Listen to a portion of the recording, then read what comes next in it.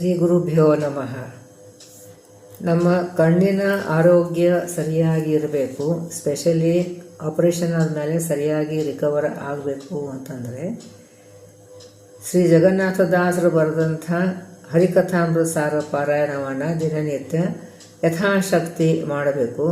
ಅದರ ಜೊತೆಯಲ್ಲಿ ಮಾತೃಕಾ ಸಂಧಿ ಅಂತ ಇದೆ. ಮಾತೃಕಾ ಸಂಧಿ ಅದರಲ್ಲಿಯ 9, 10 ಇದೆರಡು ನುಡಿ ತುಂಬ ಸಲ ಪಾರಾಯಣ ಮಾಡ್ತಾ ಇರಬೇಕು. ಆವಾಗ ನಮ್ಮದು ಆಪರೇಷನ್ ಆಗಿದ್ದಂಥದ್ದು ರಿಕವರಿನೂ ಚೆನ್ನಾಗಿರ್ತದೆ.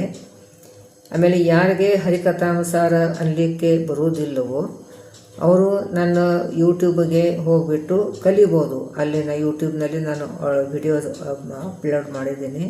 ಅಲ್ಲಿ ಹರಿಕಥಾಮಸಾರ ಅನ್ನೋದನ್ನು ಹೇಳ್ಕೊಡ್ತಾ ಇದ್ದೀನಿ, ಅಲ್ಲಿ ಕಲಿಬಹುದು. ಎಲ್ಲದಕ್ಕೂ ಒಂದು ಸೊಲ್ಯೂಷನ್, ಹರಿಕಥಾಮಸಾರದಲ್ಲಿ ಎಲ್ಲದಕ್ಕೂ ಒಂದು ಸೊಲ್ಯೂಷನ್ ಇದೆ.